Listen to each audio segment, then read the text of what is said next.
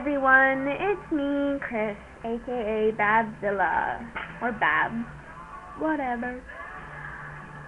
I'm starting a mini-series, a very long mini-series, but a mini-series nonetheless. This is the intro, and it will be also the first of many, many, many words that people were superstitions. You'll get it as soon as I read the first passage. This is how thick the book is. Now, it doesn't look like there's a lot, but the writing is very tiny.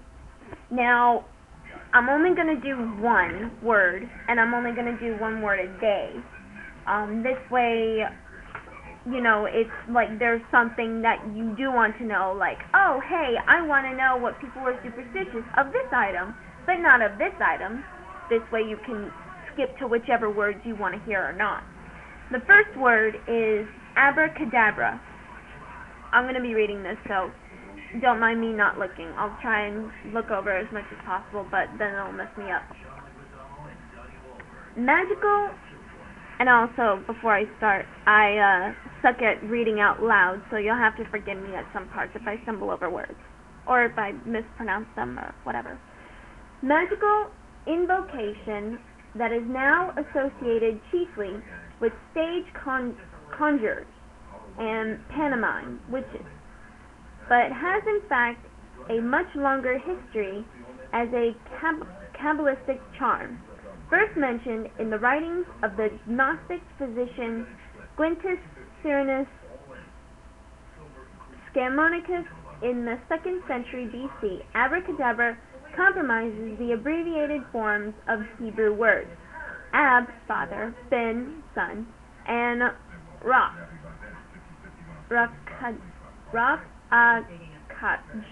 Holy Spirit. Although an alternative derivation relates to the word Abraxas, a god with snakes for feet, who was worshipped in Alexandria in pre-Christian times. The charm was said to have had special powers against fevers, toothache, and other medical ailments, as well as to provide protection against bad luck. Sufferers from such conditions were advised to wear metal amulets or pieces of parchment folded into a cross and inscribed with the word repeated several times, with the first and last letter removed each time until the last line just read A. According to the thinking behind the charm, the evil force generating the illness would decrease as the word grew shorter.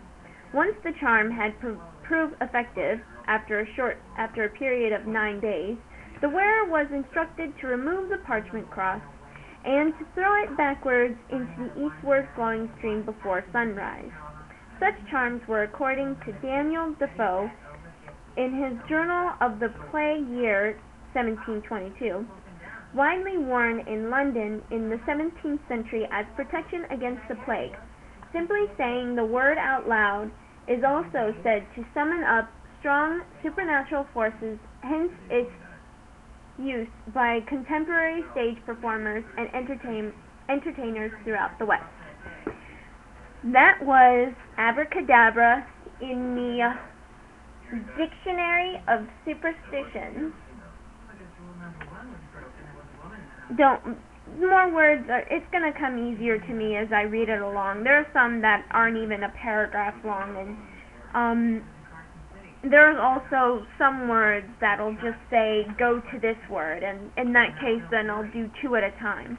But for you guys, that'll be the first introduction one. I'll do one every day after work, and then eventually, by the time I'm 50, by the time I'm however the heck old I'm going to be, we'll get to W. The last one that you'll hear for is, hold on, the last word in this dictionary is zodiac. From abracadabra to zodiac. But yes, it's a great book. I can't wait to read you the passage about animals. That is hysterical. some of the things these people believed in. Whew. Alright, I've wasted enough of your time. Until tomorrow, this is Babbzilla saying, be careful what you believe in. Or, have a happy Superstition day. I need to come up with a better ending line for this. Don't worry, just give me a little bit. I'll come up with it. Bye.